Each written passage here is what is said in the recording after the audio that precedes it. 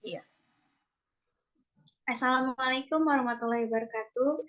Selamat Mat- sore Ibu, bagaimana kabarnya? baik. Sekali lagi saya ingin mengucapkan terima kasih kepada Ibu karena sudah bersedia membantu saya untuk mengerjakan tugas dan juga bisa meluangkan waktu sebentar untuk saya wawancarai. Izinkan saya memperkenalkan diri. Nama saya Nadia Kanza Zahra dari Universitas Muhammadiyah Malang, Fakultas Hukum. Sebelumnya, bolehkah Ibu memperkenalkan diri terlebih dahulu? Ya, nama saya Sinta Yosefina, anggota DPRD dari fraksi PSI. Sekarang saya ada di Komisi D yang fokusnya di pembangunan. Oke. Saya izin bertanya, Ibu. Menurut Ibu, bagaimana sih peran partai politik dalam menghasilkan kader yang bersih dari KKN itu? Oke, yang pertama sebenarnya yang menyebabkan orang korupsi itu adalah biaya mahar dan biaya kampanye yang besar. Maka dari itu partai politik yang tidak meminta mahar itu sangat berpengaruh penting menurut saya ya. Jadi contohnya kayak di PSI, kami sama sekali tidak diminta mahar sepeser pun. Jadi ketika kita menjabat, gaji yang kita terima itu sudah benar-benar take home pay kita gitu ya. Jadi kita udah nggak berpikir lagi untuk balik modal atau nutupin uang mahar itu. Jadi menurut saya untuk gaji segitu sudah cukup gitu. Jadi kita tidak usah repot-repot berpikir lagi cari dari mana gitu untuk nutupin biaya mahar atau biaya kampanye yang besar. Gitu. Nah, lingkaran setan ini yang menurut saya perlu diputuskan rantainya. Maka dari itu PSI berani untuk tidak mengambil mahar dari para caleg-calegnya gitu. Oh, gitu ya, Bu. Terus, bagaimana pengetahuan anggota Dewan tentang pengkaderan sama KKN ini, Bu? Sorry, pengkaderan dan apa? Sama KKN ini. KKN. Iya, Oke. Jadi ini saya menjelaskan di partai saya ya. Kalau di partai lain saya nggak tahu. Kalau di kita itu semua proses seleksi caleg ataupun kader itu melalui seleksi terbuka. Jadi kita pilih juri yang netral dari pihak eksternal maupun dari internal. Jadi semuanya itu secara adil, jujur kita nilai secara objektif.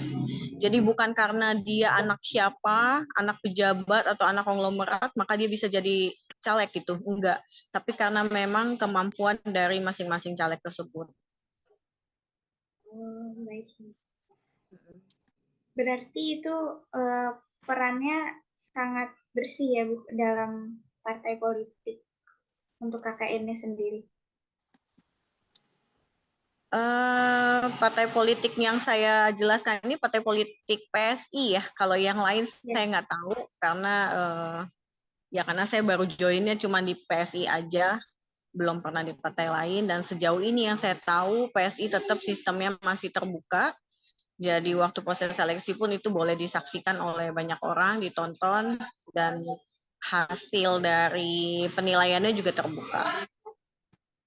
Ya jadi sangat penting sih. Jadi eh, kalau misalnya memang si caleg ini jadi caleg gitu bukan karena dia anak siapapun, contohnya kayak saya gitu ya, saya bukan anak anak konglomerat atau anak pejabat gitu.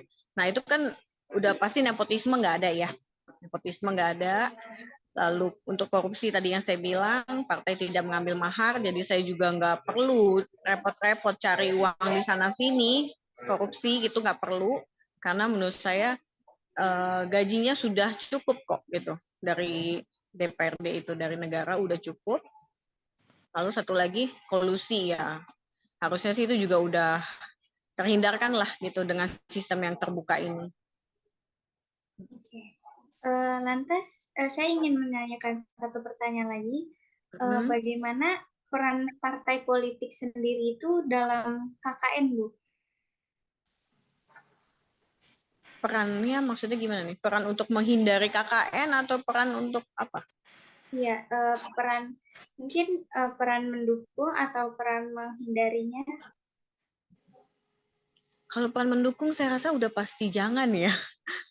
nggak mungkin partai politik mendukung KKN gitu ya. Tapi kalau menghindari ya salah satunya harus secara terbuka, transparan ya, transparan. Jadi semua kalau kita di DPW ya, kalau tahu di DPW Jakarta itu semua laporan keuangan juga secara apa ya, secara berkala itu dilaporkan secara terbuka gitu.